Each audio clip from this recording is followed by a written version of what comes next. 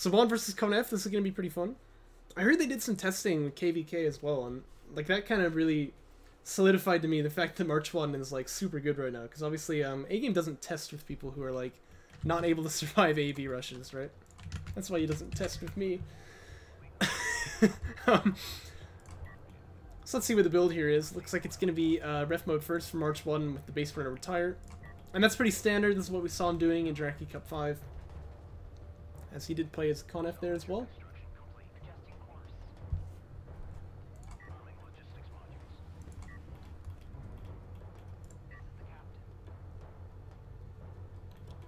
Looks like it's SC first from A-Game as well. And A-Game is in the chat, of course. Love to hear his thoughts on this series as it's being played. Because this one I think will be pretty interesting to watch. Just like, I don't know, the meta is still always kind of in the air in DOK, because obviously, you know, the patch is changing quite a bit between tournaments and stuff like that. I think like MarchWaden, what he's doing has turned out to be a really, really strong style. So I'd love to hear like A-Game's thoughts on it while we play, or while we watch these games play out. It's gonna be Soul Chip Fab first for MarchWaden. Actually, you know what? It's not gonna be ref mode, so he's actually gonna move this PC out into the front line here. So I think he could have had this timing a little bit snappier, but then he's gonna rebuild the base runner. Oh my gosh, this is quite unique.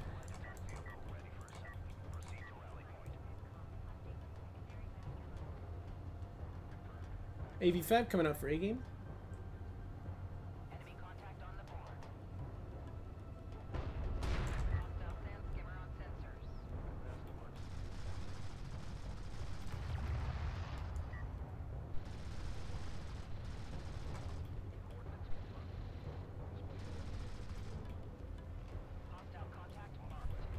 Sandskimmer just goes out there to try and get some info, but he does end up dying to that Sport Cruiser. Armored unit tech is done here, so we'd like to see that upgrade anytime soon. A-Game gonna jump into his own targeting jammer here, it's always kind of fun. But, yeah, we'd love to see that armor upgrade sometime soon, because obviously armor on assault ships, very, very impactful. But he's actually going to be extracting off the back of this too. It's curious that he retires the base runner to get like a faster assault ship timing, and then he rebuilds it. That's quite unique. I've never quite seen something like that.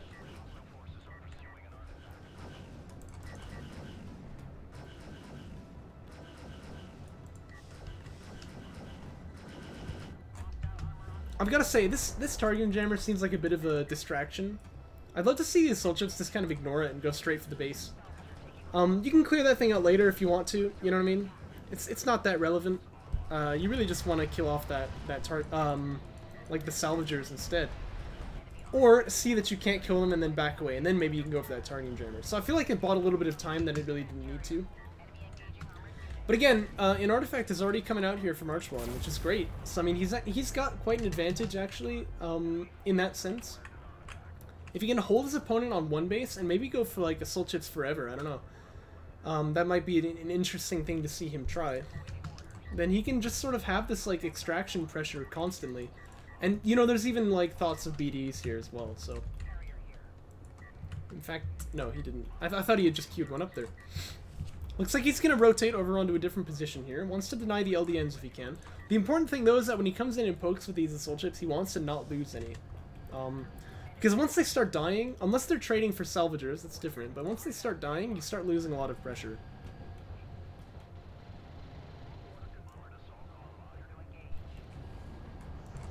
Base runner going to grab this artifact. Now A-Game is doing a very good job just killing these Sandskimmers off. Gonna want to kite this one back who's getting hit by the rails. Yep, that he does.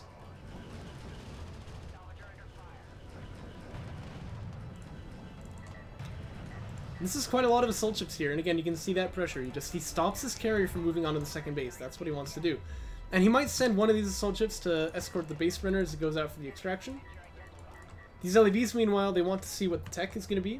And indeed, it's going to be ref mode, so he is going to fall back off of this one. But he's got so many assault ships out here, the question is, can he, like, just pressure and keep his opponent from going back onto 2 base while he goes back onto it himself? Carrier power starts teching here. The LAVs see that carrier, they see the tech, and then they back away. It looks like it's just assault ships. He doesn't have to worry about a rail follow-up. That's good information for A-Game to know, but see, MarchWaden maybe could actually have killed off these LAVs with a bit of an entrapment there, and that's what I would have really liked to see. Make him pay a little bit for that information that he got. It's not going to happen, though. And the base runner is going to come out here and pick up another artifact for MarchWaden. It's going to be great. Brings the scoreline to 2-0. And MarchWaden, again, just going to try to pressure this second base, hold these salvagers off. And that he does.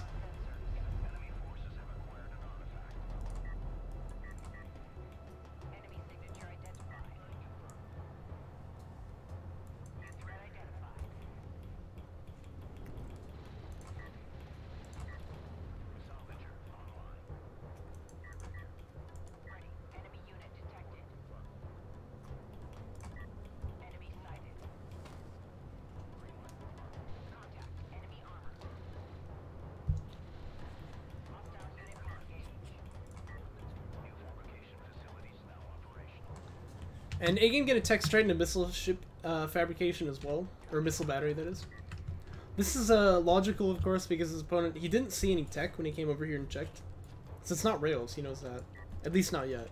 And his opponent does have assault ship tech, he hasn't seen anything else from him, so... Could it be air? Yeah, it could definitely be air. So this is kind of a good thing for him to check.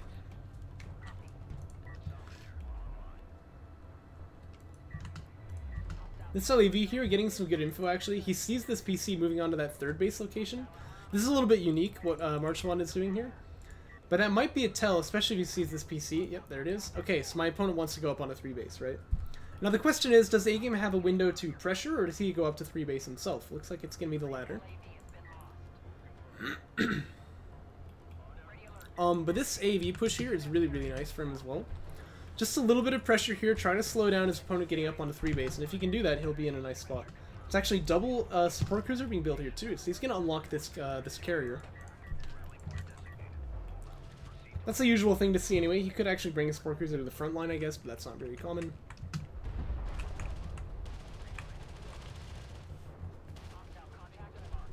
Pretty good det pack. Second pretty good det pack, and that is going to confirm that these assault ships will win this trade. But actually, there's no armor upgrades for A-Game, which is kind of interesting. Oh! Does he keep these salvagers alive? He does. That's quite nice. Oh. Oh, and he denies the extraction, too. This is quite a mistake for MarchWaden. I didn't see that happening at all. Smoke could have been used there to keep that guy alive until he got in. So that's unfortunate for MarchWaden. And he might even lose another salvager here. Look at this. Oh. Oh no. Yeah, look, he's actually going to lose one there too. That guy maybe could have hided away and like survived. He is on 3 base though, a little bit faster than A-Game, so he's got that going for him. A-Game though has got rails up. He's going to be on 3 base as well with that carrier unlock. So it remains to be seen. Perhaps A-Game's ahead here. Depends if he can pressure. This carrier's got quite a bit of power, so that's what you want to like... That's what you want to watch for, but these AVs are zoning for the rails to get over this hill pretty nicely. And indeed they do. Cruiseless is going to miss two. Very nice split there for A-Game. And he gets 2 assault ships for free.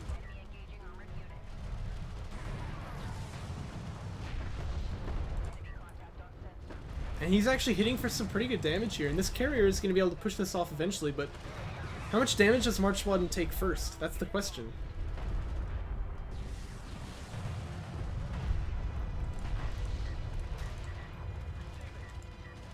Another salvager going to go down on this second base. These rails really don't want to stand still though, they want to keep moving. Ouch. And they're going to pay for it. They'll pay the ultimate price. Another AV goes down. Looks like he cleans up the rails. And again, if you take stock on the map right now, it seems as though A-Game would be ahead. Although he doesn't have any standing army on the field, but he does have just like a bit of a stronger economy. He's starting to tech into LAV upgrades as well, and Battlecruiser Fab coming out for him now. That's pretty fun to see. Battlecruiser is obviously a fun unit. The only problem with this is that he did actually tech Mag Excel, and he seems to be sort of like abandoning the rails for now. Obviously, we never got any heavy vehicle upgrades at all, so doesn't seem like he wants to commit into that. Nice thing for him though is he does already have missile ship fab done, or a missile battery fabrication, I suppose. And MarchWaden going to be producing interceptors. He gets afterburner tech again. This is what he's been doing pretty much constantly. He seems to really enjoy this tech. And I assume these LAVs here are kind of to pressure his opponent's bases. He's not going to hurt his army at all, of course. It's going to be assault ships. You don't really damage assault ships with LAVs. Not very well anyway when they've got armor 3 on them. But he just wants to be able to like pressure those bases. And he spams a couple more support cruisers. He does that, of course, because that's going to make his BCs a lot stronger. And of course, like I said, LAV's not able to pressure these assault ships at all. But the thing is, MarchWaden has only got assault ships in one location. He doesn't have any of them holding this entry or this entry. So there is potential for these LAVs to find value across the field.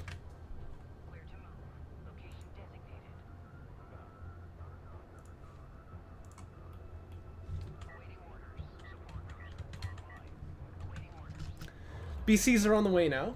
This carrier just kind of going to plug up this gap. He's not going to get out that way. Power reserves beginning to be teched for the Conf carrier.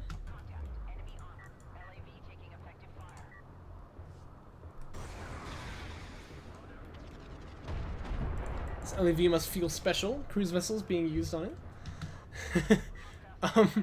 You don't really expect that to do much damage though. Very difficult to land on strike craft with Conf cruise missiles. And actually, you know, he powered down the system too.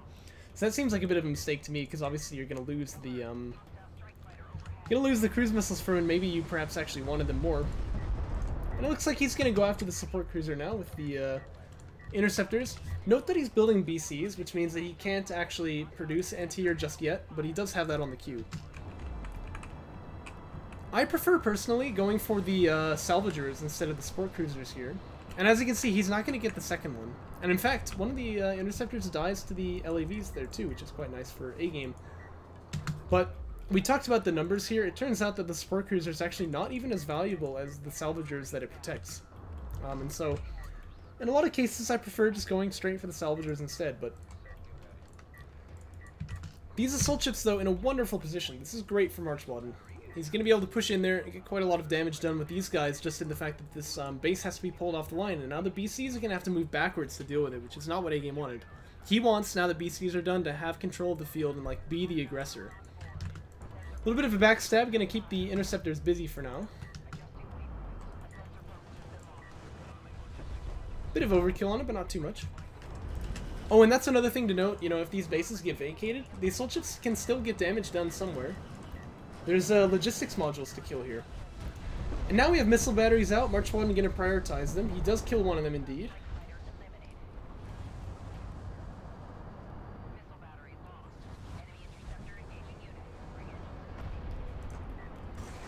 And if you can kill off this missile battery, that's going to be really nice. Cruise missiles on the way. It doesn't even matter.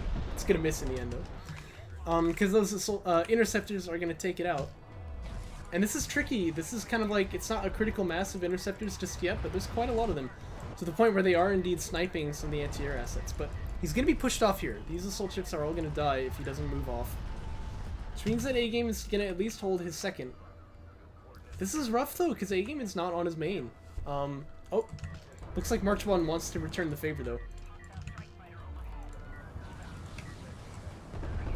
Whoa. Arc on those missiles is a little bit questionable. The thing is, MarchWaden really needs to be producing. Oh yeah, assault ships. Okay, he already is. So I guess he's one step ahead of me there. And the support cruiser anti-air is done now for A-game. Oh wait, no, it's not. It's not. It's still on the way. So yeah, these interceptors still have free reign here to do whatever they like. And they're getting some good damage on this force here as well. No, it's just the interceptor fired its missile like straight up into the air and then it came back down. It looked a little weird. They do that sometimes. Interceptors, by the way, it seems don't have splash damage, but this is game 1. Oh, well, that's one thing to note. So if you go into the options and you turn the what is it? The FX quality down. If you turn that down, then it does indeed happen where, like, some of the missiles won't be drawn. Like, how do you say it? Like, some of the, like, the lines on the missile won't actually be drawn. But, you know. inspiration yesterday at 1 a.m. Classic. Classic.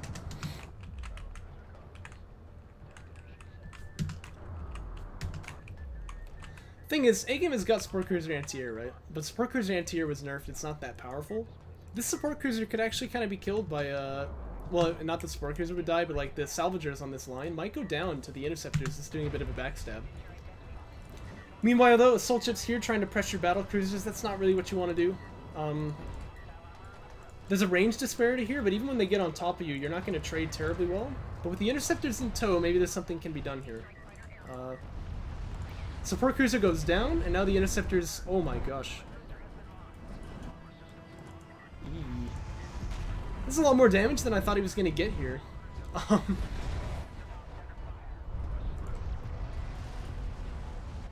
aye, aye.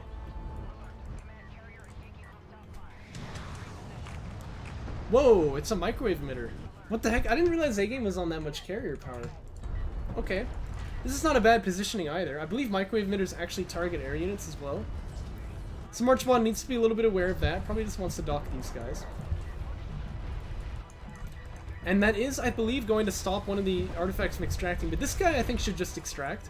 Yeah, he'll lose the base runner for this, but getting that instant extraction, like, for the cost of the base runner, I think is really, really valuable.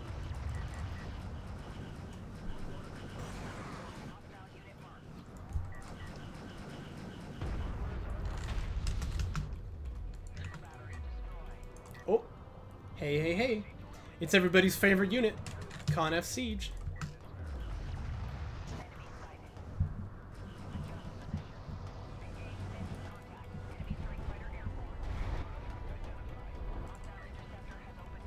Power 3, by the way, finishing now for MarchWaden as well. This BC kind of standing still. I'd love to see just a bunch of missiles get dunked down onto this one. Yep, they are launching now. Unfortunately, that Elder is going to fall. Or Guardian, I can't remember what the top rank for the Galaxian is called. Oh wait, these guys are Con-F though. They're Con-F, but they still have the Galaxian veterancy names. Gotta say, that seems a little wrong to me. You know, we could actually patch that. Oh my gosh, that'd be pretty fun. You can change, of course, like what it says here when you do like balance patches, so it'd be pretty fun to like come up with our own names for the veterancy for like Con-F units. Oh my gosh, we have to do this now. I'm suddenly obsessed with this idea. So one carrier taking a bit of a barrage here by these Con-F Siege though, but it's not terribly impactful. Again, I think what he wants to do is save the barrage for the railguns here. I think that railguns are quite vulnerable to Con-F Siege if you like save the barrage, right? Range, oh my gosh, this guy's way out of position actually. This is quite bad. But range upgrade is finishing for this Con-F Siege. He should lose one here for sure though. But the thing is, this Soban carrier is really low. Yeah, he's gonna reallocate power to defenses as fast as he can here. He is gonna kill one of these Con-F Siege cruisers, but at what cost? He may go down entirely here. Oh my gosh, not to mention a triple extract coming out. Oh, MarchWaden is about to double win. Look at this, guys. Yes, he double won. Nice. That is pretty difficult to do. Dang. And MarchWaden takes the first game of this little best of 5 show match against A-Game. Nice. Guys, I'm telling you, watch out for MarchWaden, because like next turn he's not even going to be in Group A. I mean, he's just gonna destroy his group stage. It's not even gonna be funny. And he could be a finalist, alright? So like, you gotta watch out for this guy. That was really nice, like that win. The way that his interceptors were able to do damage, even after like quite a lot of anti-air came across the field. That was quite inspiring. And he just dunked those BCs with it too. Looks like game 2 going to be played on... Oh, how do you install the patch? This is a good thing to know. I'm giving you a link. Oh, that's pretty nice. /homeworld. Go to this Discord server, right? And then you go to the mod releases channel, which you'll find on the game modding section. And then if you click on the pinned messages there, you'll find a one from SSSS called Homeworld DOK More Maps 1T. And this is the one that you want to do. For $5, I do it for you. No, Maze, you can't be like this. Sleaze bag. Just like a Canadian, huh? Oh no. Something I've talked about before, if you spam F3, it'll select idle salvagers here. Come on, come on.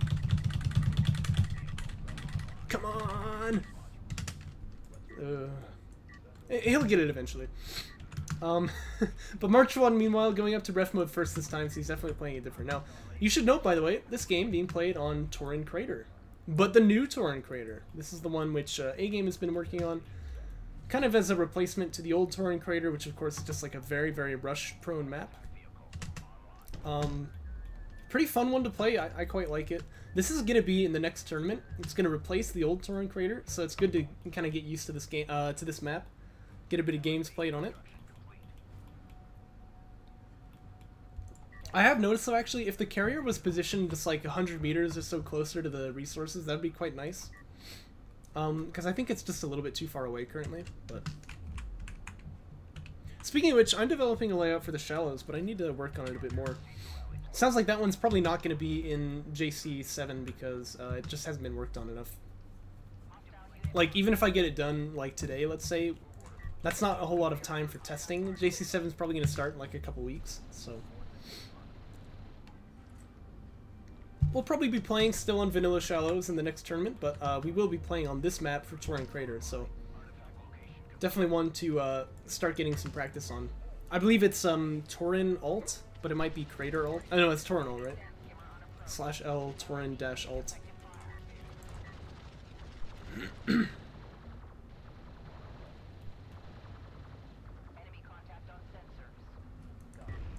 Skadoosh. A-Game just doing a bit of scouting here. He's gonna probably understand that it's ref mode first based on this carrier move out. And he does get a sand skimmer as well for his troubles, which is nice. And he's gonna be teching carry production upgrade before any tech comes out. And it's similar for MarchWaden, who's just now getting onto Assault Ship Fab. And then of course he would like to make probably another PC. But he's almost certainly gonna go for air. That's kind of been the style of MarchWaden so far, and he is definitely playing on a map which I think is good for air. This is a very, very big map, so...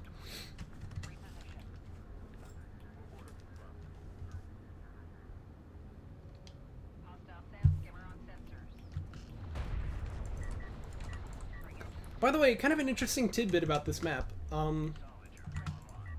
which, by the way, I think it has a really punishing LDM, because I think these bases are very far away. But the map is, like, you start in the middle of the bases, right?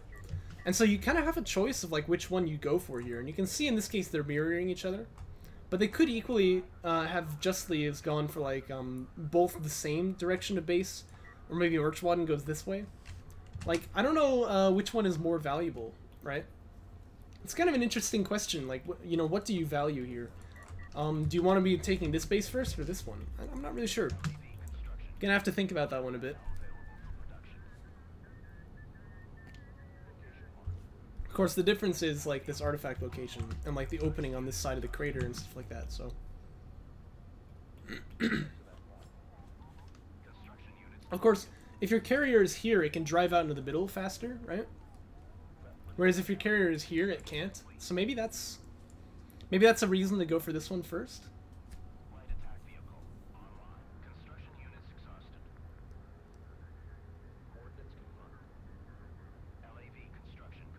I don't know. I'll have to think about that a bit more. Bit of sand skimmers trying to pressure on A-Game's third here. MarchWaden, by the way, with another PC, like I said, and he is teching into air.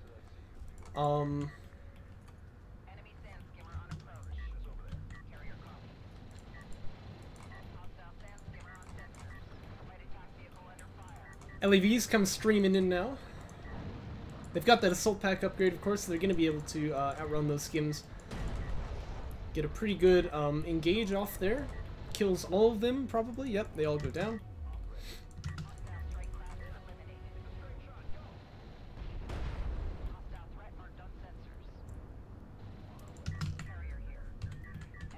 And interceptor tech is done, so we do see some of those being produced. And notably, A-Game, meanwhile, has gone for rail fab. Now, why has he gone for rail fab? I'm not entirely sure. I feel like this is not a very strong tech here, because he's got so much distance to cover, and these interceptors are just going to chew him up if he ever tries to, like, push. He doesn't have anti-air, of course. So I feel like that's kind of a mistake.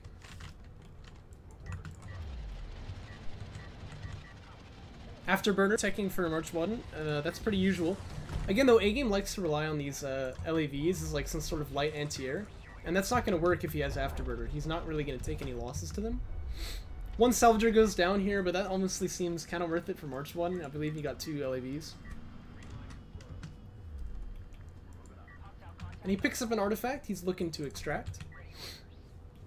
He is on 3 base, by the way. It's up to A-Game to get pressure done.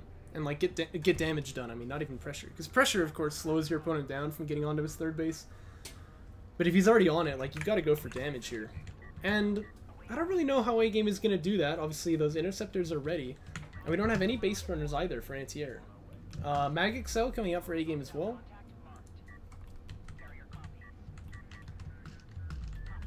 Which, you know, that always tells you, you know, he's looking for a fight, right? What's that gonna do if he just kind of dies to air? I don't like this too much.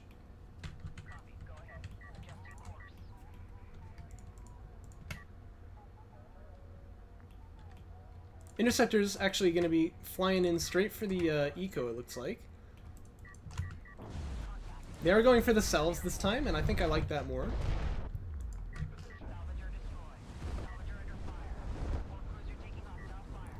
Looks like he's gonna get the support cruiser too.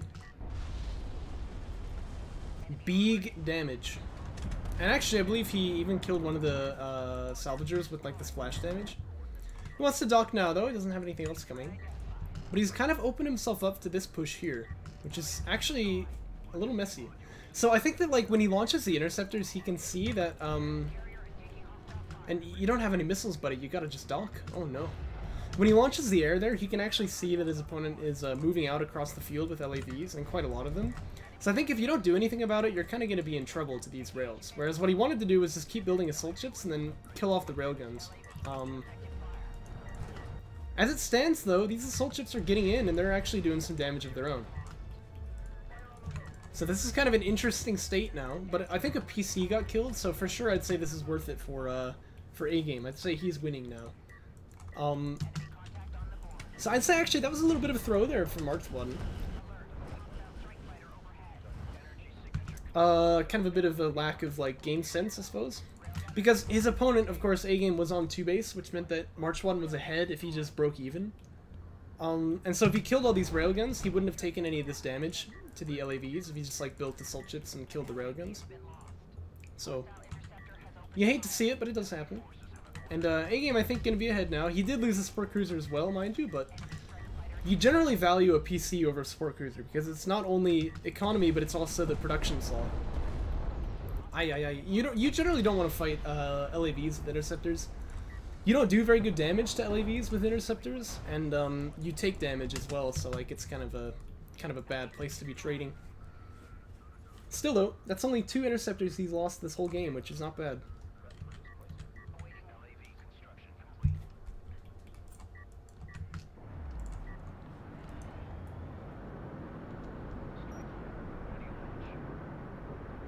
Do you see that? This interceptor actually has a gun on it.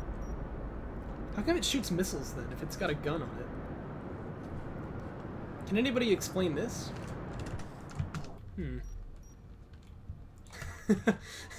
That's a little odd. This is a lot of interceptors, by the way, 9 of them.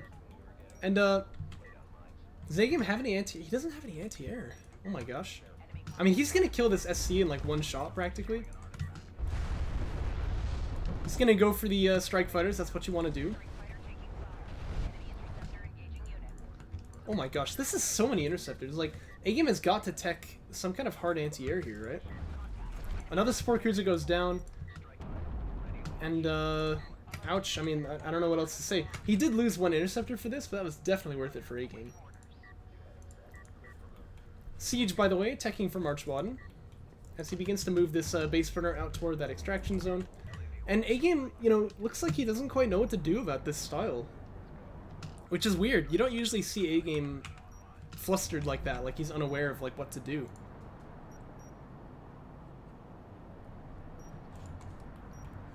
This is a good game for MarchWaden. I mean, he definitely kind of threw a little bit over here, but like he recovered it. Yeah, he's ahead, I would say. This PC, by the way, has been rebuilt. We're gonna see some salvagers produced as well to go over there and hold that base. MarchWaden building one more interceptor, actually two. Oh, he's got siege tech though. No, he canceled it. Okay, and instead he's gonna tech straight into peanut bombers. Oh yeah, you do like some PB in your life, right? I don't know where that joke comes from, but I'll never forget it. Beeping intensifies as both of these players rally their air units incessantly. And this base sprinter over here, we're gonna move on to the extraction zone.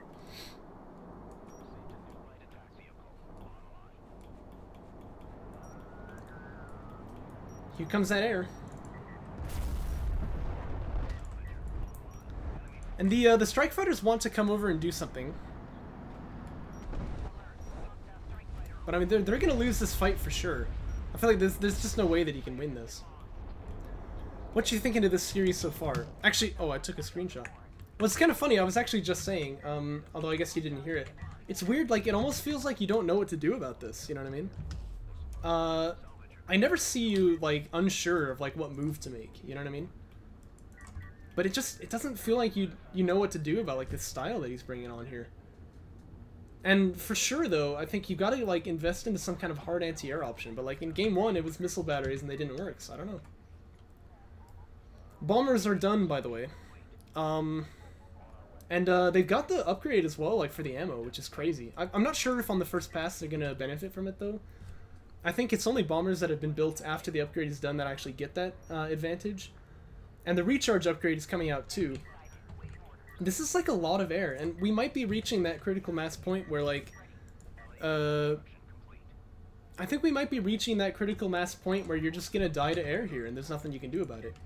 These bombers, of course, they can clear out the anti-air, and like, after this one turret post dies, like, what does A-Game have to deal with this? I don't know if he's got anything. And he sees them now, he sees the bombers, so he's got to be kind of like, assault cruiser tech? I don't know, man. Like, you got to cancel that. This is going to be so bad into bombers, because even though it can be an anti-air platform, like, it's not going to do anything for you. Bomber here looks like going to be trading its bombs on these LAVs. Wants to dock now, though. Because for sure, he could die here. This is what the bombers, I think, really want to kill, though, is that anti-air turret post. Because if you can keep the anti-air for your opponent down, you're going to be in a pretty good spot. Oh no, this bomber! No! That one really didn't need to die. That felt pretty pointless to me. But you can see, I mean, this is actually full wing from, oh, he loses another one, ew. But this is actually full wing from MarchWaden, which is crazy. He can kill off this turret post if he wants to. This will be pretty easy pickings. And he could just kill everything right now. I mean, like, this could be pretty easy. You just finish off, like, everything his opponent has got. Yeah, that's what I was about to say. But I mean, obviously, you know, you don't like to do that if you don't know that you can actually finish it, because, you know, then you kind of, like, waste the air units. But I mean, like, really, like, what you should do in this scenario, guys, if you're ahead this far and you have all this air, go for the opponent's anti-air and keep him down, because then he has to keep rebuilding this anti-air to deal with you. And then once you've killed the anti-air, just, like, kill a couple salvagers, you know, and then you dock. And then you come out again, he's got anti-air, you kill all the anti-air, you kill a couple more salvagers, maybe you kill a support cruiser this time, you dock. You come out again, he's rebuilt the anti-air, you kill it, you kill all of his eco. He has to GG, what can he do? I mean, there's nothing to do now. That's what you want to do in this type of scenario. Artillery crews? What the heck? A-Game, is this even you playing? Like, did you, like, give the PC to your brother and, like, tell him to play the game for you? And this is just such a bad pick here. Oh, no.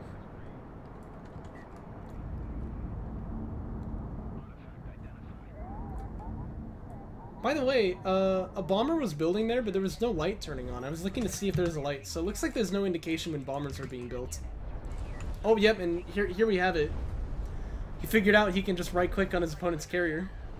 I mean, look at the damage. Like, this could be game right here.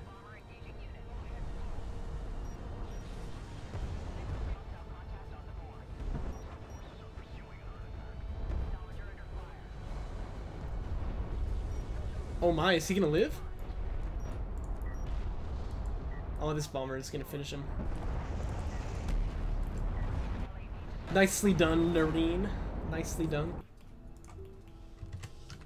And down he goes. MarchWaden takes another game. Wow. That's very nicely done.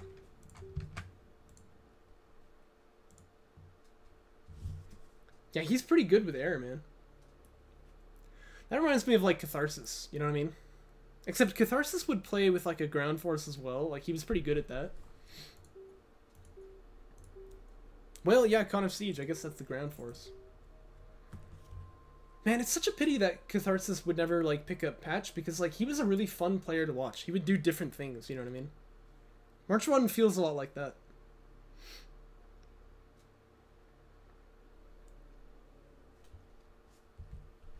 Okay. So what has AGame got to do? Well, I think for sure this idea of having like rails and LAV is not working. He needs to do something which can allow him like a more complete like commit into anti-air.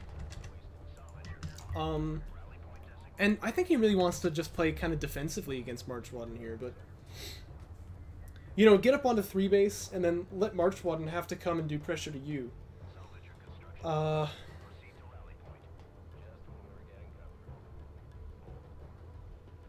And just like really have like a strong anti-air base with like missile ships and stuff. I can see now though why you were talking about how missile ships are going to get a buff in the next patch.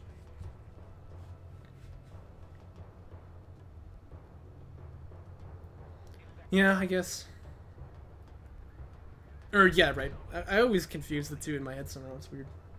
Because missile ships, I agree, are quite strong. Especially because like their direct fire barrage is like so powerful.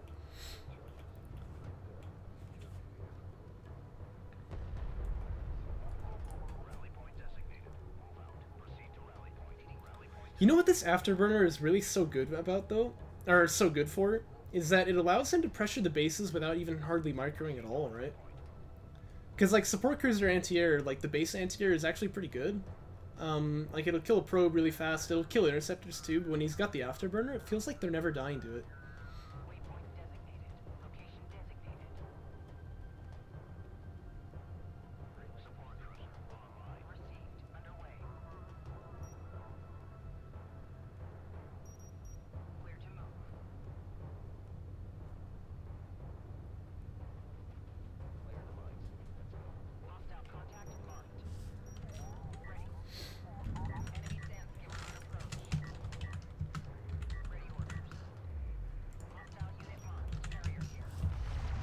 So this time MarchWaden's going to mix it up though. So he's going for rail fab this game. And he is moving that PC out, no ref mode is done. I think a probe just got sniped here as well. I didn't quite see though. But I think the probe got the information that was relevant. The only thing it's missing is what the tech is going to be, so AGame makes a second probe, he's going to send it out. It's always a pity when you have to make a second probe, because, you know, you could use that money, but, like, it's probably worth it. Because if he knows what the tech is going to be for MarchWaden, he's so much more able to, like, hold off the rush.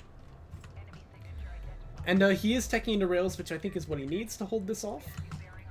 And he's going to see it. This is, of course, the rail module on the Con of Carrier, that little cylinder thing. And he saw it opening up there, too, so he knows that the tech is just finished. And, MarchWaden gonna make a couple of assault rails and try to push in onto his opponent's base now. He's kind of getting owned by this targeting jammer, which is unfortunate. He doesn't really want to do that. Indeed, I think trading at all here is risky, but he seems to be getting decent trades out of it. But he's fighting under a support cruiser as well, and the carrier is able to throw some shots in. TJs are the savior. I like it.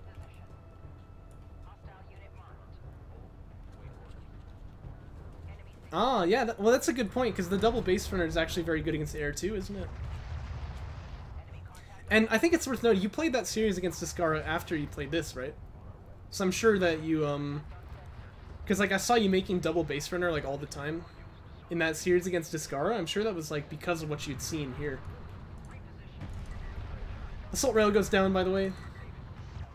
Really, really nice trading here by A-Game. He's able to just kind of throw the carrier in there, and he's getting hits on that railgun, which means he's able to trade with these LAVs. And in fact, if he can get one more shot here, doesn't look like he will though. So that railgun is going to escape with his life.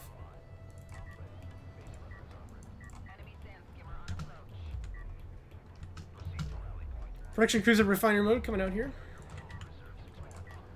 Yeah, this one which landed on the, or no, this one here which landed on the, that's a skimmer. Where is it? Is that it? That's an assault rail. No, but I saw it though, yeah. That targeting jammer was quite... Actually, no, it was this one. It was this one. I mean, really relevantly is the fact that they can't even shoot, right? Like, those assault railguns are always going to trade well against LAVs until the LAVs get on top of them. Unless, of course, they can't shoot, and then they're slowed too, which means the LAVs get on top of them faster. So, and that's the thing, like, Saban targeting jammers are super cool units, you know? It's like, they can be utterly useless, or they can like turn a fight entirely, which is so exciting to watch. This is what I was like so happy to see No Fun using, you know what I mean? Which, by the way, man, I'm really excited for the next tournament, because MarchWaden's gonna be hitting his style. No Fun's gonna be there. I hope Orb is there. He rejoined the Discord, by the way, so that's nice. That could be like a sick tournament, you know? And who knows, we might even get Tomcat in there too. Because he's been playing a bit more 1v1 patch as well.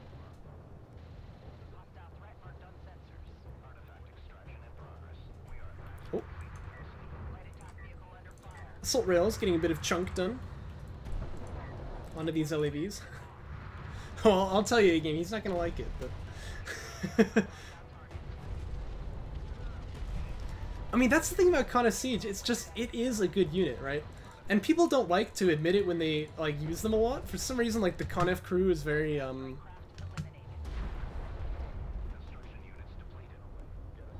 you're gonna... Oh no, you're gonna decrease the barrage cooldown? Oh no. I'm not sure about that, because, like, man, that barrage is, like, what makes the Con of Siege so powerful, you know what I mean? Anyway. Yeah, like, the Con F crew is very resistant to, like, anything about the Con F faction being nerfed, even though, like, they are so strong, you know what I mean? Certainly in vanilla, you'd say Con F is the strongest faction because it can win any game with blast drone rushing, but, they do just a lot of times feel like better Galzian, you know what I mean? So, until the late game. The late game, I think, is where Galzian really shines, but even then, like, Con F cruise missiles can do so much damage to you on, like, on the approach to the late game, you might not even ever get there. LAV run by is huge, by the way, for A-Game, and I was criticizing the LAV rail style, but, like, he's doing pretty well here. He's definitely, managing to, like, push his opponent off of the main and the second. Right now, there's no currently mining bases, which is pretty bad. You know, I'd actually not hate him getting this third base set up here instead of the second, because obviously it's behind the dune. He can kind of hold it a bit better. We do have honor guards teching here for MarchWaden, but I don't know what that's going to get done, really.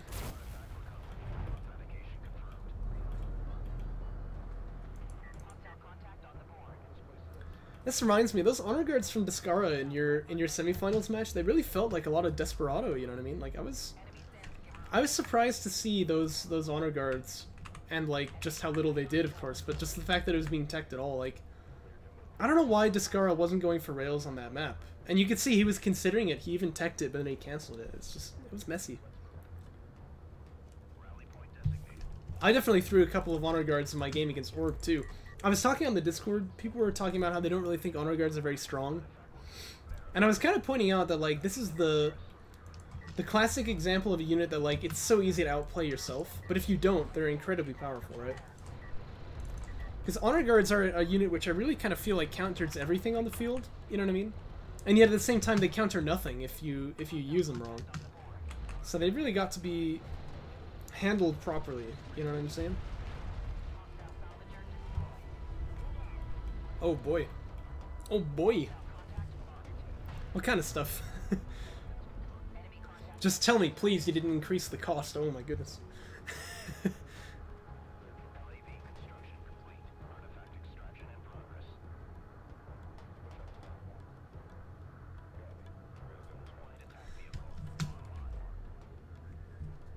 I actually feel like heavy rails are in a super good place right now.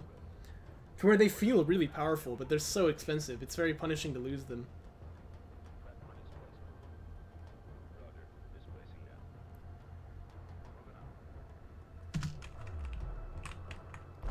Oh.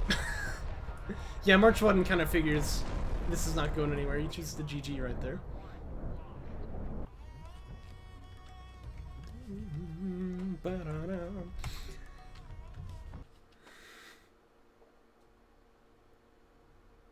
That's a really nice like sound bit for winning the game. I really like that.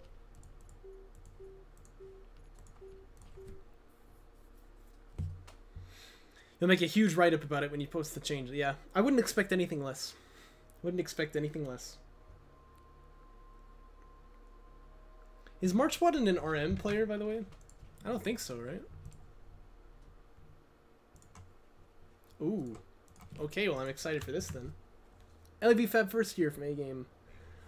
3 on C is 1 on RU is based for retire. That looks like it's going to be AV Rush. Q's a salvager up. Yep, so that's definitely what we're seeing here. MarchWaden, meanwhile, I think is doing his ref mode build here. So retires the base runner, 2 salves being produced, 1 on RUs. So, you know, that's kind of an idea of how the early game is going to go. MarchWaden is going to be the defender. And he basically just wants to hold his second base against the AAVs from A-Game, which are going to try to pressure him. We've seen it a million times. Map, of course, Firebase Krill. Now, this one I actually am not always a big fan of for, like, AV rushing. Because I feel like the rush distance is so big that I have seen a lot of games recently where AVs just don't really get a whole lot of value done. Although, that being said, the terrain is very favorable for them, right? This map has a lot of line of sight blockers that you can use to like get up on top of people and whatever.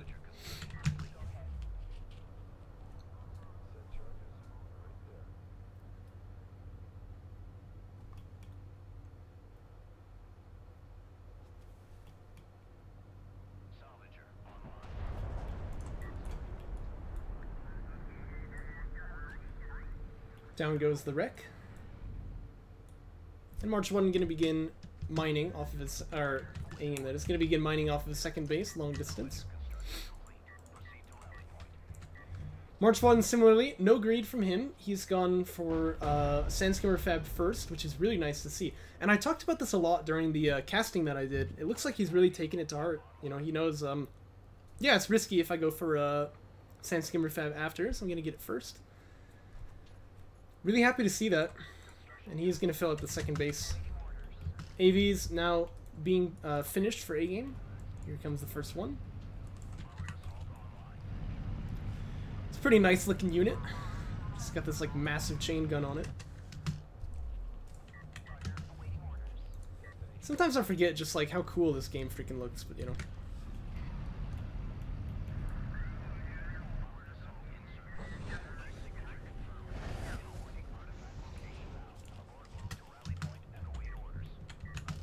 By the way, someone pointed out to me with like these gun turrets here.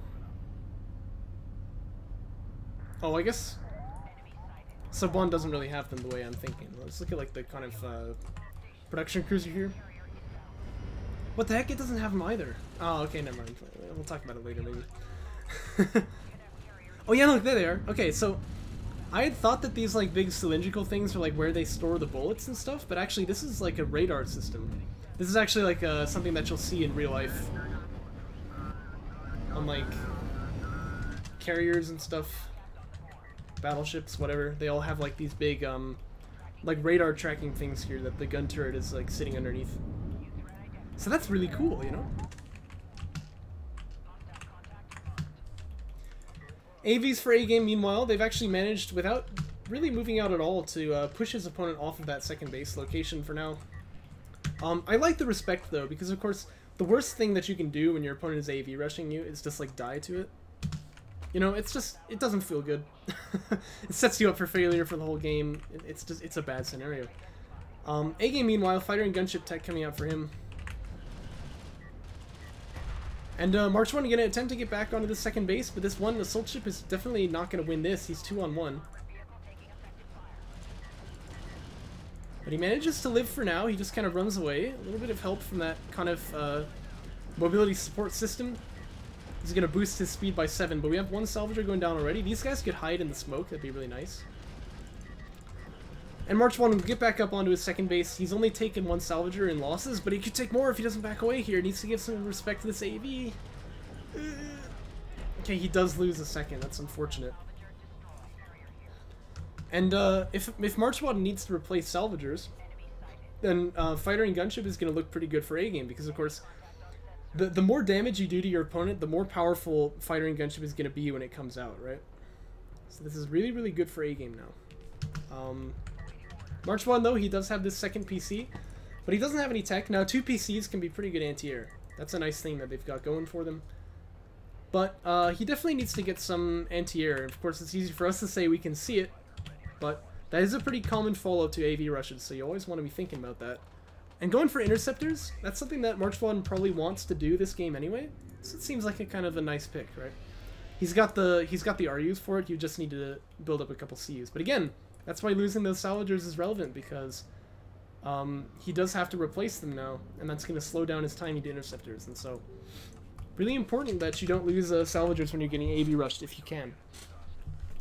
But I speak from experience when I say it takes a lot of practice. So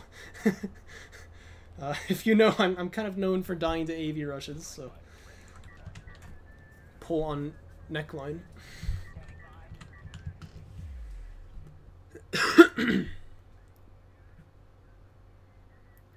5 strike fighters going to be finished in just a moment here, by the way. There's another base runner being produced as well by A-game, and he's going to launch them.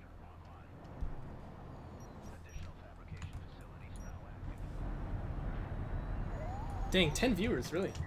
I generally judge like how many people are watching by how active the chat is, so I didn't think there were that many. Uh-oh, he left the 5th one in the hangar. It's a little bit awkward. Still though, we'll see what kind of damage he's able to get done here.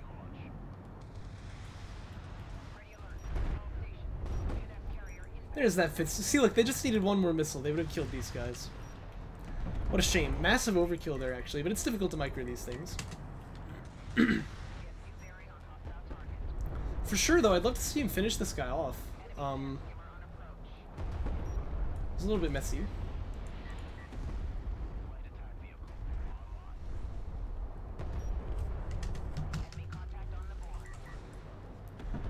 Okay, so it's 3 salvagers off of the first pass. Very, very good damage there from A-game. And then he's going to tech straight into ACs. Note, he doesn't really bother about getting up onto 3 base just yet. He can do that, though.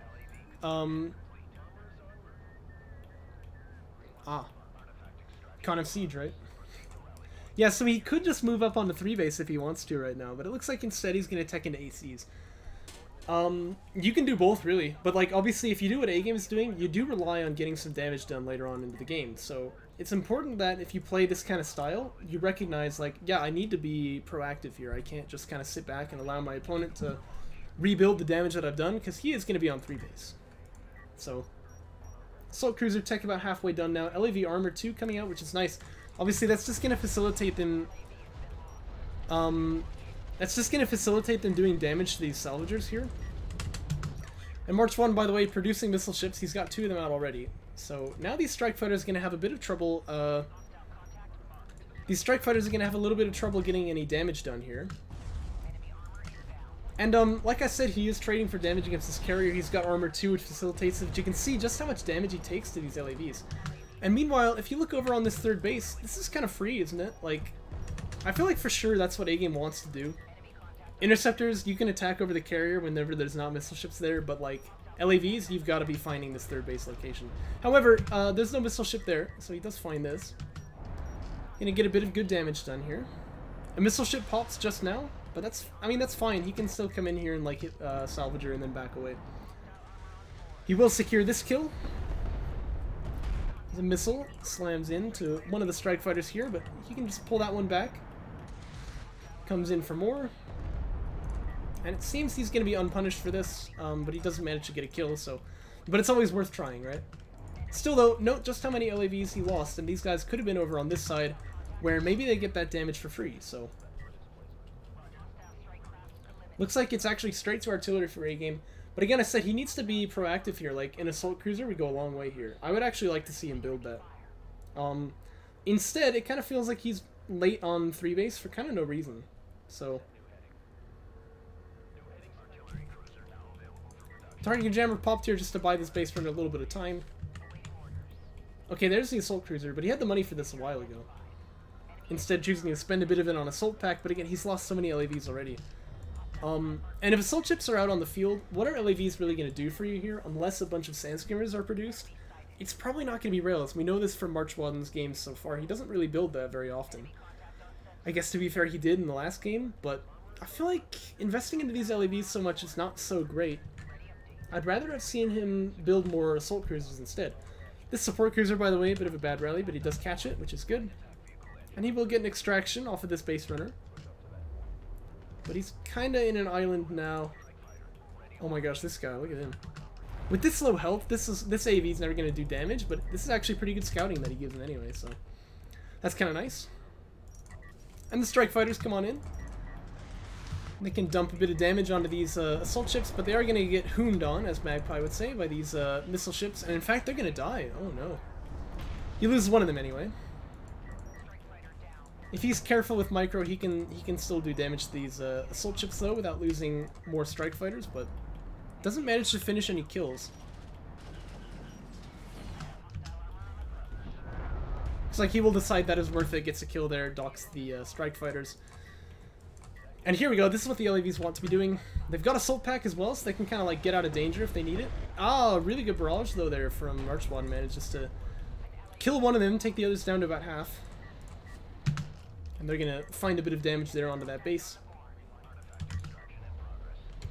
One salvager goes down. That's probably all he'll get. He probably wants to boost out now. Yep, that's what he'll do. But he does take damage anyway. And I do see on the production queue there, Con of Siege is on the way. And artillery tech is finished now for A-Game, which he'll be producing immediately, but I don't know, like if you look at the board state, oh my gosh, it's not on the way, it's actually done. Ooh. That's going to change things. If you look at the board state, though, I feel like MarchWaden, in a lot of senses, is kind of ahead here, you know? Obviously, these assault cruisers are going to be great for dealing with this mid-tier army here. And indeed, they really want to just push on this, because they can easily beat it. Especially now that the missile ship barrages are used. But MarchWaden, I feel, although it's not reflected in like the artifact score, he has quite a lot more map presence right now. And by the way, I love this targeting jammer because it blocks the anti-air, but the air units are not actually there right now, so unfortunately he can't go in here for damage. He's gonna try it anyway. I wouldn't do this. Yeah, he's gonna eat a missile for his troubles. And Coalition artillery is out on the field now. Oh. MarchWaden. Wow, look at that. Just lands an instant EMP on his assault cruiser. And actually, he could have pushed and probably killed that too. That was like the accuracy. Like he's gonna land another one. Oh, nice. And of course, the relevant thing here is that when you land these, your opponent can't shoot back. You know what I mean? And you're almost always gonna win in DPS if your opponent can't shoot. You know what I mean? So like, dang, that's really nicely done. Now it's worth noting, MarchWaden can never... A barrage was used on this artillery? That's a little weird. But anyway, MarchWaden can never really barrage, because once he does, A-Game is going to precision strike that target. Unless... Oh no. If he gets EMP'd here. Oh, yikes. Okay, here's that precision barrage I was talking about, though. You can see the damage that does. It could have been much more, of course, if it was able to precision barrage immediately when the Con of Siege began its barrage, but not quite able to get that. This assault cruiser now is kind of in duress here, but it looks like he's going to be okay. Strike fighters flying through here, but this is not good. They're not going to finish this kill, and obviously the missile ships are going to kill them for sure.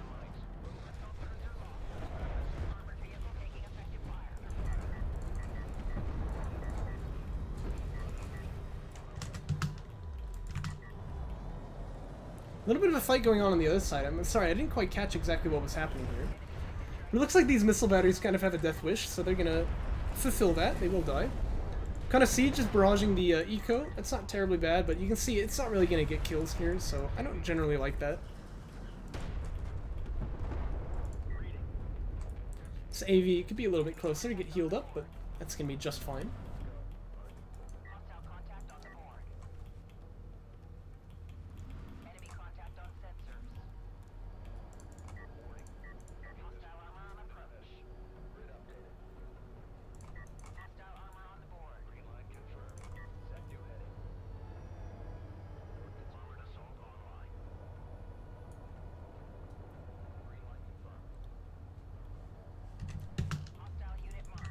Establishing shot.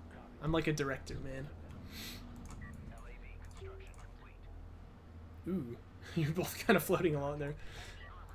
This assault ship coming out just in the nick of time, but this missile ship really needs to get back there to like help. It's quite a nice run by. Now it's worth noting, obviously Con of Siege, good unit. It does counter LAVs, but it's slower than them, so there's definitely a bit of a window here where LAVs can like look to punish like the Con of Siege mobility, like come around and like just get a bit of damage onto eco. That's exactly what it's doing here. Clears out all of the salvagers. Now he wants to leave, I assume, but he's kind of just gonna sit here and die. Not so sure about that, but it's gonna be okay. And he gets some decent scouting here. Actually, a third production cruiser was just finished for MarchWaden, who's now gonna be moving out with power, starting to tech into that carrier. EMP used. I don't know about that, because that's a pretty decently long cooldown, 45 seconds.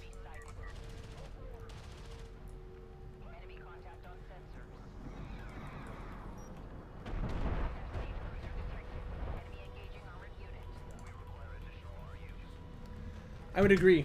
But it's just because, like, this style is all about that side of the tech tree which counters LAVs nicely, right? Except for air, I guess. But you know, I mean, what he likes to use is assault ships and Con of Siege. So I mean, using LAVs against that just seems like a little bit of a bit of a head scratcher. You know what I'm saying? Although, like I said, the LAVs could have gotten some good damage in the beginning when instead of going against the carrier, they went on to this third base location. But like right after the air reveal.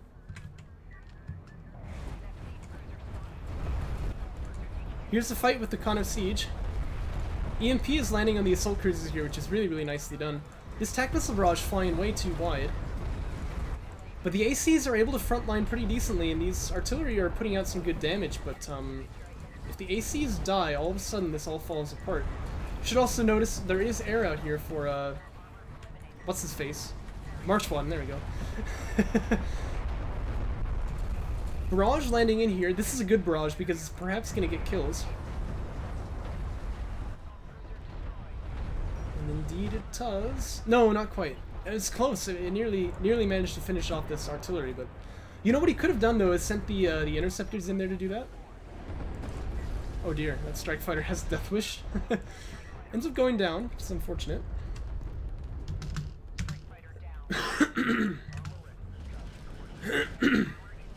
Indeed, yeah, that was a very good fight for A-Game. Now he wants to smoke here and get out, but it looks like these units are all just kind of going to die. The thing is, incomplete kills is really going to be punishing for MarchWaden because A-Game can just kind of heal up here. And he wants to have support cruisers because that's kind of his anti-air base right now. So it's not like he's ever going to have a shortage of those. In fact, if this support cruiser would like move out across, well, he kind of has a shortage of RUs, I suppose. Sing is still getting some good value, but once this base mines out, this support cruiser moving across to like help with that front line is going to be really, really nice. MarchWaden looking to get an extraction out here, and it looks like he is going to achieve that. Not really much that these strike fighters can do here, and he's got a bunch of LAVs, but like really, he doesn't have much to like push these guys out. He won't get killed by this this little flank here, but he can't really push it out. LAVs continuing to be produced here, by the way.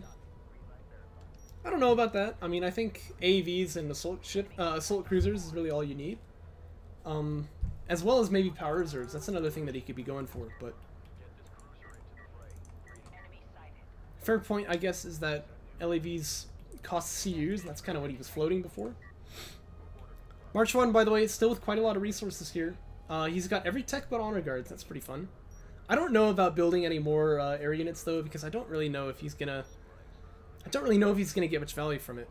I don't like MarchWaden's movement. Yeah, you mean like this carrier kind of trundling along over to the side? I would agree. I would agree. I think, yeah, that's where his extraction zone is, but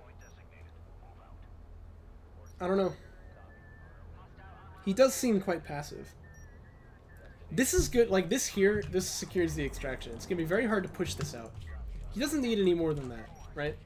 And then the rest of his units can just kind of, like, try and get something done on this side of the map over here, rather than just sort of splitting the map. LAV's there, by the way, being repulsed.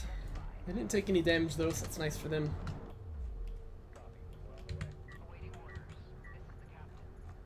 And MarchWaden still with quite a lot of power. I would love to see, instead of a bomber, I'd love to just see him keep teching up his power reserves here.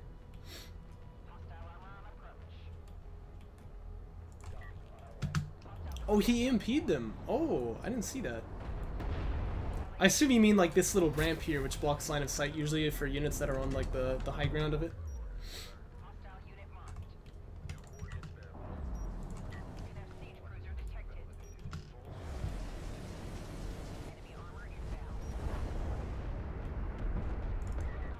Precision barrage, I think that was, landing on these missile ships, and look at that, it hits for huge damage, actually. That's really nice. You gotta recognize, A-Game has air, so I mean, if he doesn't throw the air, if he doesn't try to use it in a place where it's gonna die, he can always be looking to, like, take out those anti-air assets and say, like, okay, well, now I've got you know what I'm saying? By the way, barrages are coming out here, so I'd love to see a precision barrage answer it. But this artillery cruiser might die, actually. And the LAVs are getting chugged. Oh. Oh no, that barrage actually... massive value from it.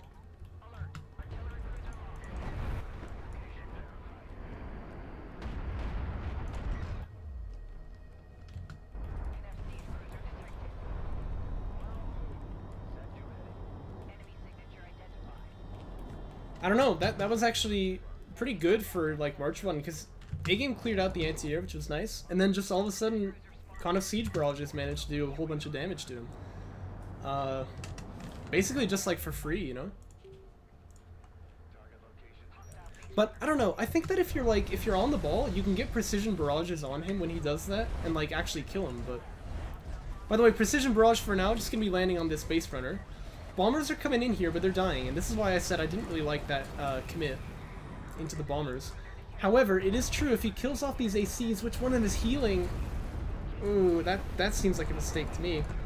But if he kills off these ACs, he's going to be having a great time here, because these artillery cruisers are all just going to be totally exposed. But he can't ever stand still. And this targeting jammer is getting huge value, actually. Look at this, these siege cruisers kind of wading into it. And amazingly now it's A-Game who seems to be getting some free damage done. He did lose an AC to the bombers, but he killed bombers for it. And one Con of Siege going down seemingly for nothing. He might even lose two. He doesn't seem to be moving properly to keep this guy alive. Oh, it's so very close. This guy is on his last legs here. The ACs are going to jump on in. They are actually slower, but with the overcharge they do make up for that speed differential. He deletes that targeting jammer, of course, so he can just get in there a little bit faster. Strangely, this Con of Siege, which got low in the beginning, died at the very last, but they all go down. And yeah, you're right, predictable path. I mean, you know where he's going to go. He has to funnel in through this choke point. RIP. Really, really nicely done. It's worth noting, by the way, guys, like, this is why we're saying that artillery is a good counter to Con of Siege. It takes unit control. So, I mean, people will try this, like, once and lose to it and be like, yeah, it's just not very good. That's not true. You need practice. You need practice making artillery work against Con of Siege, but, like, it can definitely beat it. And this is exactly how it wants to do it. That EMP, though, that's crucial, and he nearly won that fight just off of that EMP, but not quite able to solidify it.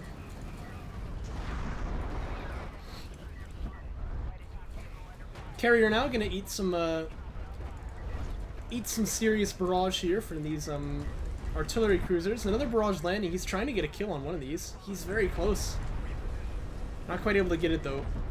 Precision barrage landing on this carrier, but it's a bit of a miss actually. MarchWaden recognizes, he pulls away from it.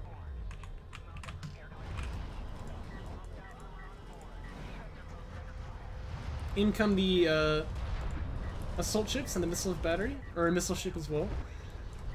But they really ought to just back away again.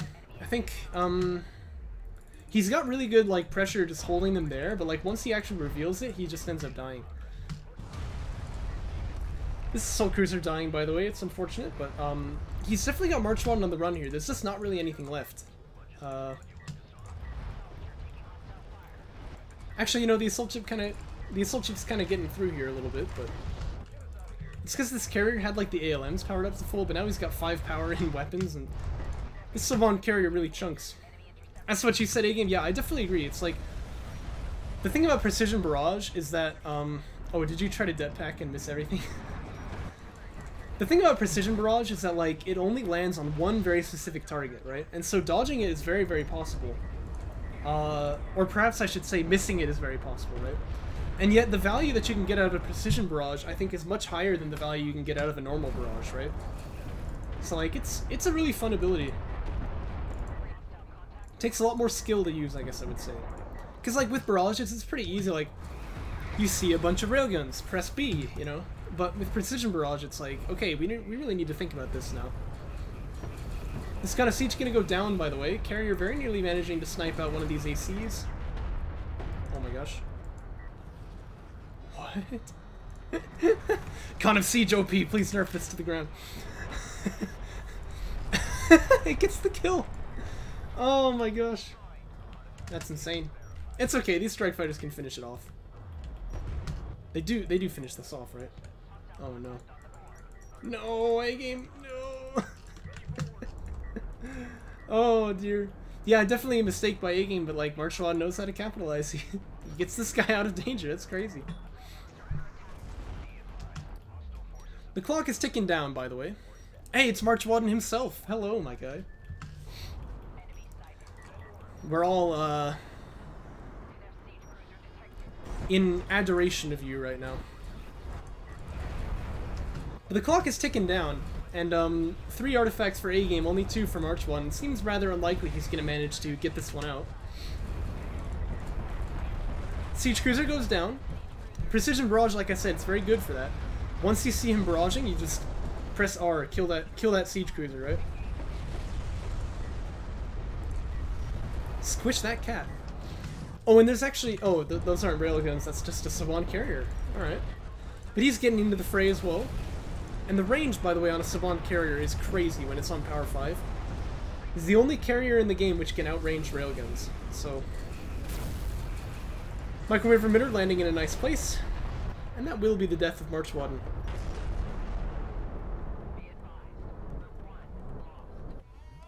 Now, if this was a best of 5, they'd be 2-2 right now. We'd be moving into the ace match. So that's pretty fun. Let's hop on in and see what happens. It's going to be on the Boneyard. Classic.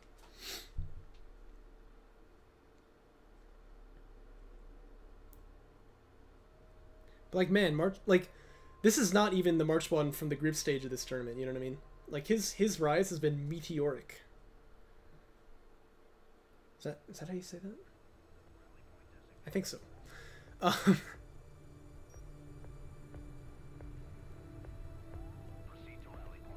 Yeah, it's tricky. He's got artillery, so like railguns aren't even going to be great, to be honest. Yes, you're right about that. It's tricky though. It's going to be a hard one to win once he's got like that many ACs and like artillery. So this time we have a base runner retire, but no LA VFAB, and the probe does come out. So this is going to be SC first. This is kind of like the Orbnet build, as we like to call it. Worked, of course, for Orbnet quite a lot in JC5. Yeah.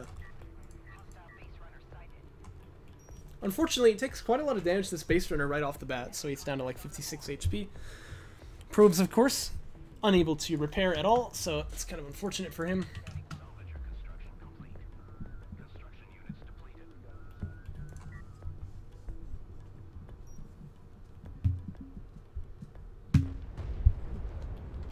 A-Game opens up his second base, support cruiser is on the way. We expect to see LAVs coming out after this. Now, of course, the difference between this and normal SC first is that it is going to be a little bit faster, but you open yourself up to some vulnerability in that you don't have that targeting jammer to defend. You put one down in the beginning, of course, you would always do this, but... Although, actually, I like putting this oh, wait, no, he's against kind of... If he's playing against Galzian, I like putting this targeting jammer here instead, because this is a common probe spot. But... Or a scanner spot, right? But if you end up getting attacked, you're not going to have that targeting jammer to help you. I think it works better for Soban then, right? Because the turret for Coalition is so powerful. And if you do this as Coalition, you're just not going to have that turret. LAV Fab coming out for A-Game. He's got that probe already, of course. And he's checking for tech, but he doesn't see any. However, he'll sit here as long as it takes. But this PC is going to try and stop him. 12 seconds here. Can he stop this PC from getting vision?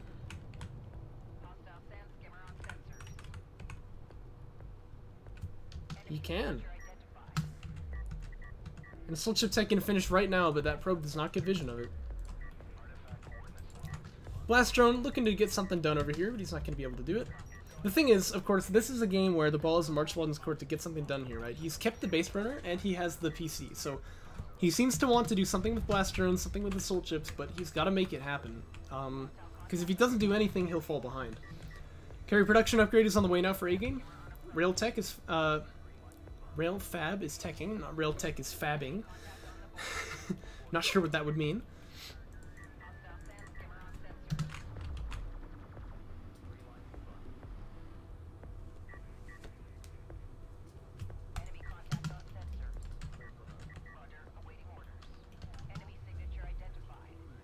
Oh yeah, for sure. No, I mean, he wouldn't do this in like a tournament, I don't expect, without having practiced it before. By the way, as you can see, Blast Drones have a very, very small vision radius, so he's not able to know that he's being like spotted there. Here come the assault ships, by the way. Railfab is close now, about 10 seconds out. Oh, but MarchWaden really doesn't want to stand still. He wants to keep moving here, and he does have the mobility support that he can power up to 2. That's 12% speed on all these units. That'd be really, really nice. Come on now, put that power in, get that PC moving. Yes. Railfab is done now. And A-Game probably wants to be building one pretty much as soon as he can. But he's pop blocked right now.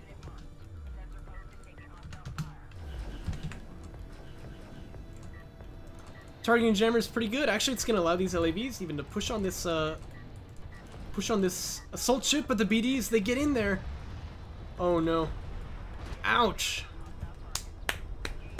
Very nicely done. Very nicely done. You know, you stop paying attention for like one moment and BDs just kill everything you've got. And that is actually huge, because now what is there to defend? There's a rail being produced. These assault ships, they can just kind of get up on these salvagers. They're gonna make life very difficult for A-Game here. They can't quite get anything done though. They have to back away. And that's huge. These sand skimmers gonna fly in over here as well.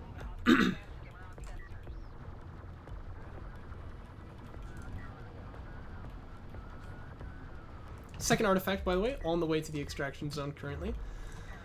But I'm always talking about pressure when I talk about builds like this, right? And right now, MarchWaden has immense pressure because his opponent has to, he has to react by defending. He has to build defensive units and stuff. The way that you use that pressure is by going back and getting economy of your own, I think. So I'm not really a huge fan of MarchWaden sticking around here with this PC. I think currently he's got a really nice ability to like go back. Oh, a second PC finishes though, but it is going to be ref mode. Okay, so actually I don't like that at all. Probably making the second PC is a mistake unless you plan to like full on attack your opponent. But see, he has kind of two options. He could go for like railguns, or he could like go for refinery mode. And if you go for railguns, yeah, getting a second PC is great, but I don't like it if you are going to go for ref mode instead. Anti-air turret post here, by the way, set up already for A-Game, so he's just getting ready, you know, gonna preemptively set that one up. Obviously, it's true, he could actually do like one base air and see if he can get some damage done that way, so this is not a bad call. And because air is likely to be seen later on in this game, this turret is basically never going to be wasted, right? So I think that's really good for A-Game. Probe gonna come flying out here, heading off to the main, wants to see the tech. And it is going to indeed going to be a railgun fab.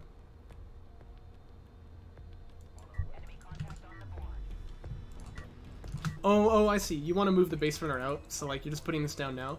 Okay. I don't know. It could be one base air though. I mean, we don't see that very often. Oh, really crucial. He gets the probe snipe there. We don't see one base air often, but like I think it could for sure work here to just sort of like clean up the railguns and then the assault ships just kind of like drive on in. There's no opposition anymore, but not going to be the case this game. LAVs, doing what LAVs do. A-Game, of course, pretty good with LAV micro.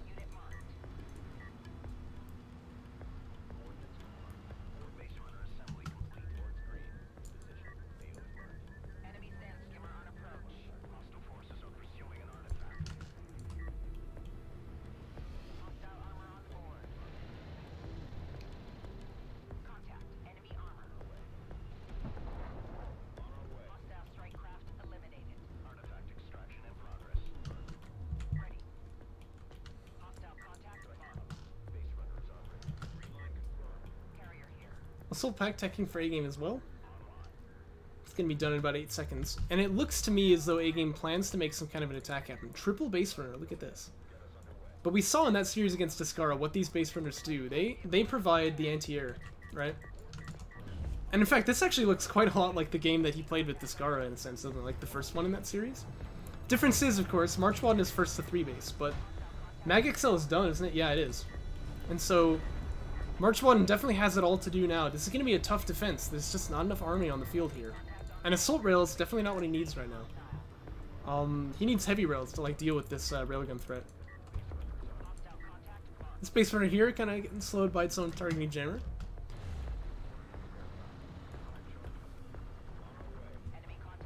Yeah, yeah.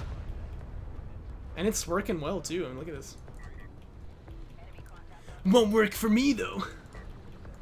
We're gonna get wrecked in that final. LAV's hopping over here. See if they can kill these sand skimmers, but not quite gonna be able to do it. But they do keep this base runner alive. And he wants to move out to the extraction now as well. Wants to start getting some pressure done. But the thing is, I feel like he's kind of taking his foot off the gas here. Like, he could probably kill MarchWaden right now with this attack that he's got. But the LAVs not being there means he's never going to be able to be confident enough to move out that way. And MarchWaden, by the way, is on 3 base this whole time, and so he can keep on building, like, rails, kind of. That's what I want to see, although he hasn't built any yet. He's teching into honor guards. Ooh. Let me tell you, I don't like teching into honor guards right now. Because obviously you have this transitionary phase where like you're very weak as you tech up to this new unit. They're hard to push on AS behind those. Yeah, but like what assault ships, right? They don't exist simply. And so that's the thing, like A-Game could probably have won over here, but we've been saying this to A-Game since like the beginning of time that we wanted to like be more aggressive, and he's like, guys, I win games, like it's fine, right? So for sure I can respect that angle as well. First artifact extracted for A-Game, but actually MarchWaden able to extract another in the meantime. And it's going to be fighter and gunship for A-Game. And now it looks like he is finally beginning to push on over the hills here.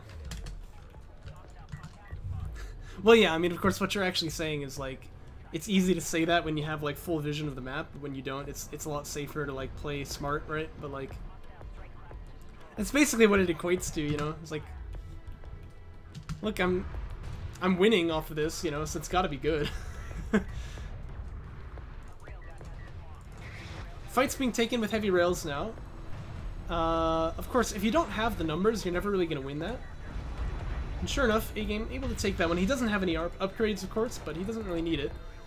But ouch. He's taking a lot of damage. It's kind of siege, or kind of cruise missiles. 3 of the rails going down.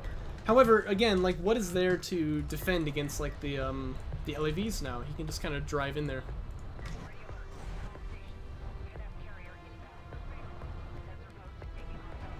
Oh.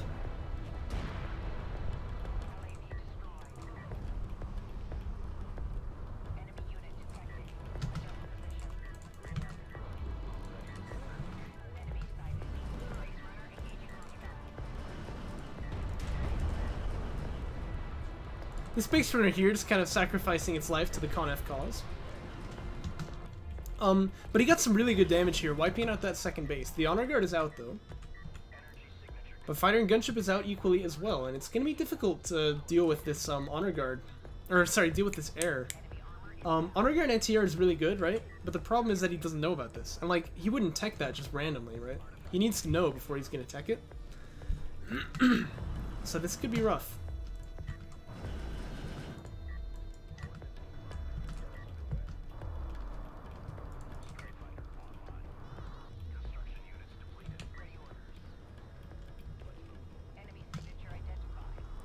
I say I don't like it because because air is gonna come out and he doesn't know. The other problem though is that like he was on the verge of just being completely killed by A-Game there. And honor guards are great against everything that's on the field right now. However, they have this transitionary period where because you're teching into this expensive unit, you just don't have that money on the field. And that's what I don't like, is that he can kind of be killed in like the meantime. He's kind of survived though. He's still alive. He took damage, but he's okay. But here comes that air. And if the air finds the honor guard, it can just kill it off entirely. And indeed, honor guard's beginning to push out across the field. No honor guard anti-air, of course. This could be bad times.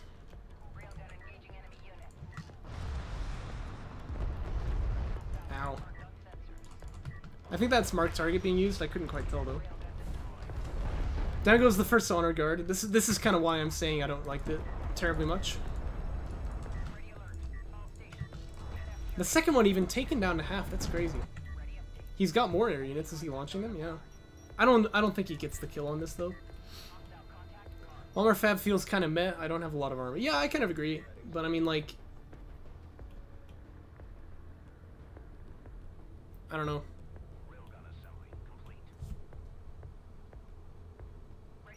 Yeah, see, that's exactly what I'm saying. That's the like the transition period where like you're gonna be kind of killed by the mid-tier army that your opponent has got while you're teching to this cruiser, right? Unfortunately, A-Game trying to kill off that HGC. He's not gonna get it though. The reheal on this is pretty decent. Oh my gosh, what's going on over here? The big engage, yes! This is what you told me not to miss. Targeting Jammer lands perfectly on these assault ships here, and he's got another one. Oh my gosh, it's like, he can actually find a bit of area to attack over here. That's not it? Okay.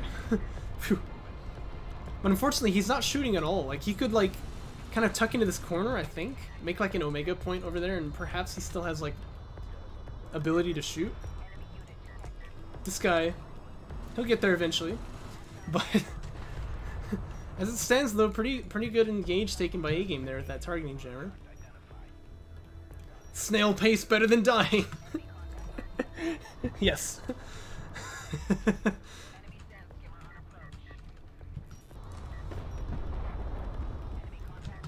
Power 2 coming out for A-Game now.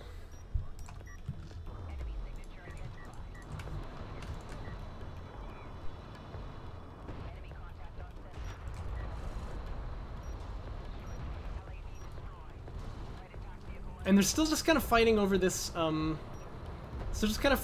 extraction zone, but I think A-Game is always going to have the edge here. Honor Guards, meanwhile, want to go for a bit of an engage. It's worth noting that when LAVs get on top of Honor Guards, they do actually perform pretty badly. Especially when both of them turn on the anti-air, but that's actually probably okay because he just needs to get kills here. But, oh my gosh, this guy. It's a freaking captain. And he's gonna get more. He will kill this Honor Guard. Like, on his own. Well, I guess his rail back there, too. Stealing his thunder. Disgusting. Oops. But the captain has done it. And this base printer did survive to the extraction zone, so everything went pretty well for A-Game in that fight. He lost some air units, but that's totally fine if he's trading for Honor Guards.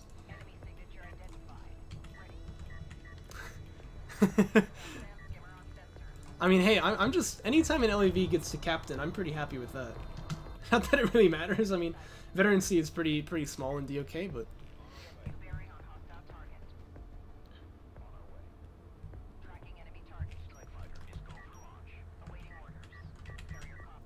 Skimmer armor is starting to get tech now by MarchWaden as well, so you can tell he wants to, like, take out these rails or something.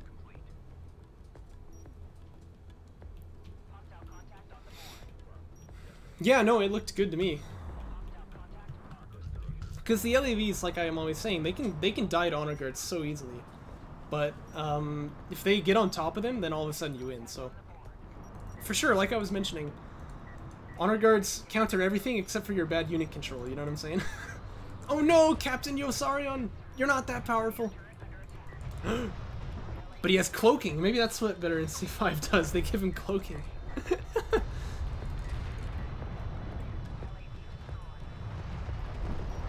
I mean, the thing is, like, for me, I find that the small scale engages are almost, like, more exciting than the big scale ones, you know what I mean? Because it's the small scale engages which are really, like...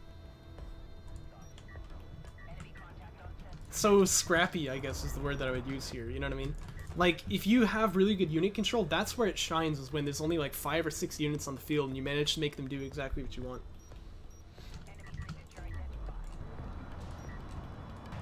Yes, Captain Yosarion is going back for repairs. I love it. He recognizes that this guy is important.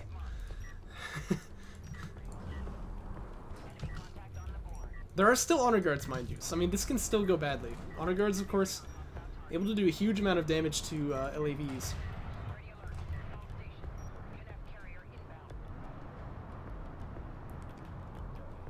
No. Don't even say that. You recognized how valuable this person is.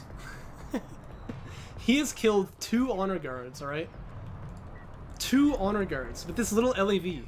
If he manages to survive, the stories that he's gonna tell back home are gonna be legendary, alright?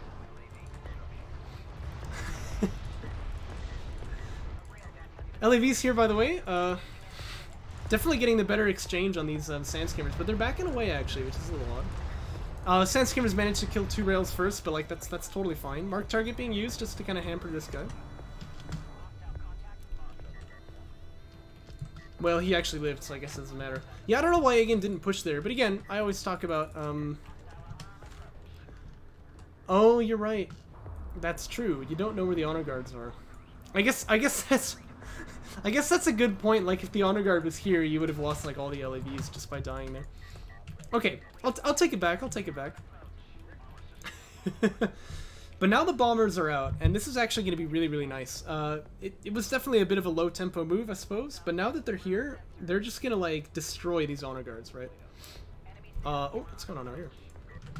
Oh, just a target. It always, like, it shows, like, a, like, fight is happening marker anytime, like, a targeting jammer gets thrown. Uh-oh. This is where honor guards want to be. They're actually hitting the rails, though. See, I think they should be hitting the LAVs, and that window has kind of passed. Now, though, for sure, they should just turn on the anti-air and just try to back away. Here comes the bomber, though.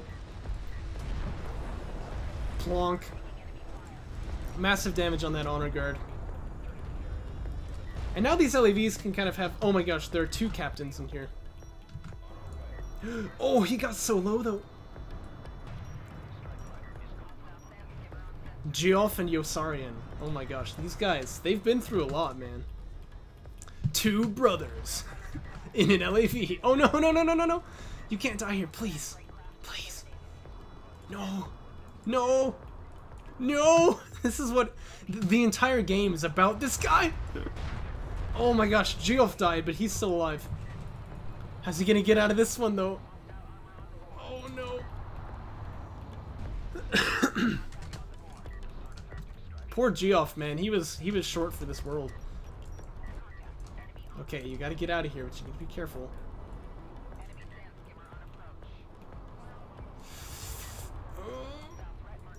Oh my gosh, the skims. They're not gonna... They wouldn't dare chase Yossari and Seagold. I mean, that's just like asking to die. Okay, he lives. Oh, does he? Yes, he does. He lives to fight another day. Oh my gosh. This guy. Yeah, he's been through a lot, man. He's been through a lot. Meanwhile, Savon Carrier's starting to move out across the field again. This is a bomber, right? Yeah, so it probably wants to be taking these honor guards on, but needs to be careful, of course, because the anti-air is going to be pretty insane.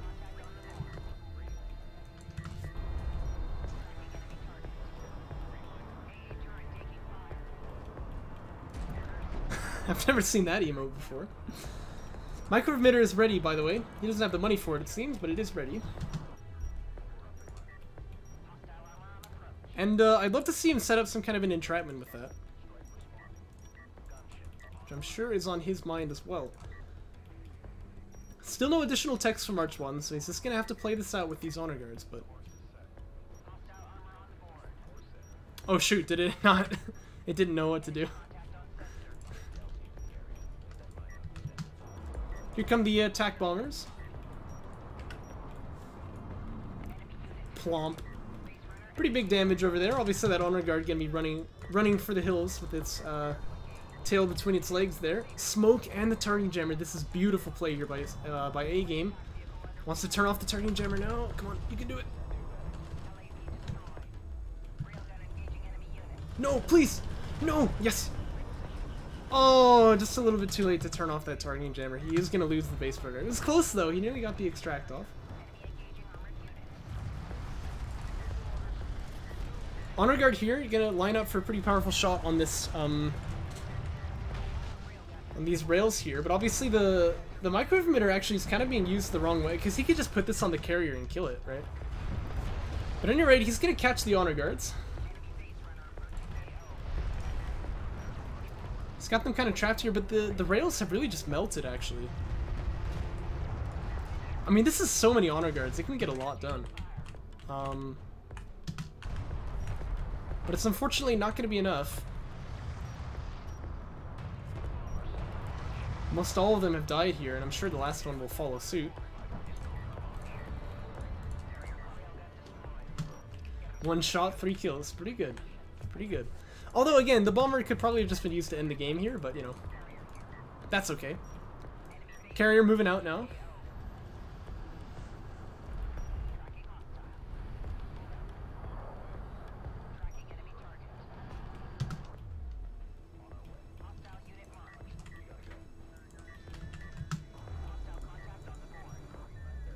I mean, this carrier can for sure be killed by air, right? Like, if A-Game recognizes and launches the bombers at it, I'm sure you can kill it. It's just the bombers, but... Yosarian getting involved in the fray once again. But he's feeling pretty confident about this one. Easy kills.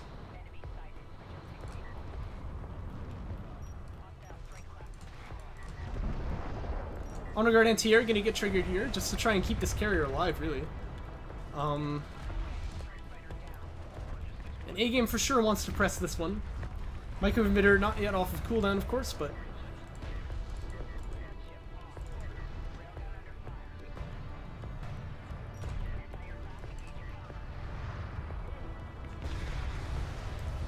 Honor Guard, of course, with its anti-air on, it's not going to do a whole lot of damage to this carrier, is it? Oh, okay, yeah, it does go down before I can get a shot off. And this for sure seems like a full route from MarchWaden. It looks like A-Game has finally won the game. Right? Perhaps not. I mean, it'll take him some time to finish this, I guess. But he does definitely have the game-winning position on the field here. Thing is, there's not that much time left on the clock, so A-Game does need to be, you know, aware of that. Just kind of get some artifacts picked up, but I'm sure he will. He's not the kind of player you'd expect to lose because he forgot to pick up an artifact. Might as well take this time to explain how the artifact system works, like when it comes to ending the game.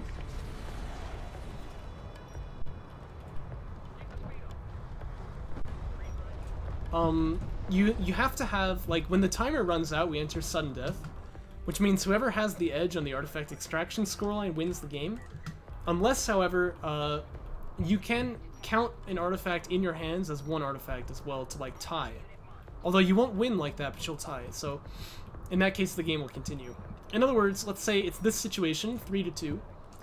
If the timer runs out, MarchWaden will win the game, unless A-Game has an artifact picked up in one of his base runners. And it doesn't matter how many artifacts, he could have 1, 2, 3, 5, 10, I don't know.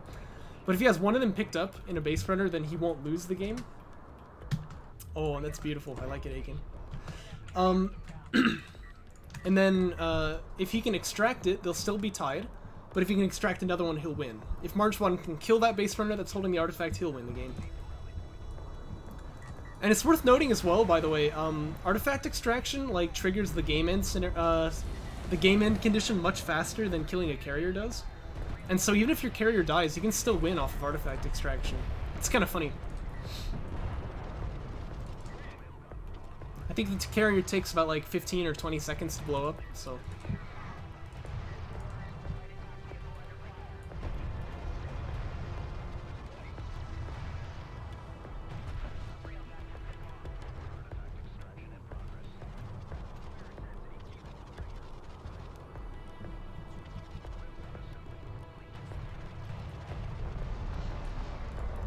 And down goes MarchWaden. Well, you know, there was only like 3 minutes left on the clock. If he could have just survived, I mean... Yeah, it's not to be. But yeah, I mean, that was super cool. I love watching him play. This is like super fun. Anyone who can take games off of AGameAnx is definitely worth watching. So yeah, I hope you enjoyed it. Until next time, I suppose, that's all the JC6 casting we have to do until the finals. So, what am I gonna do now? But yeah.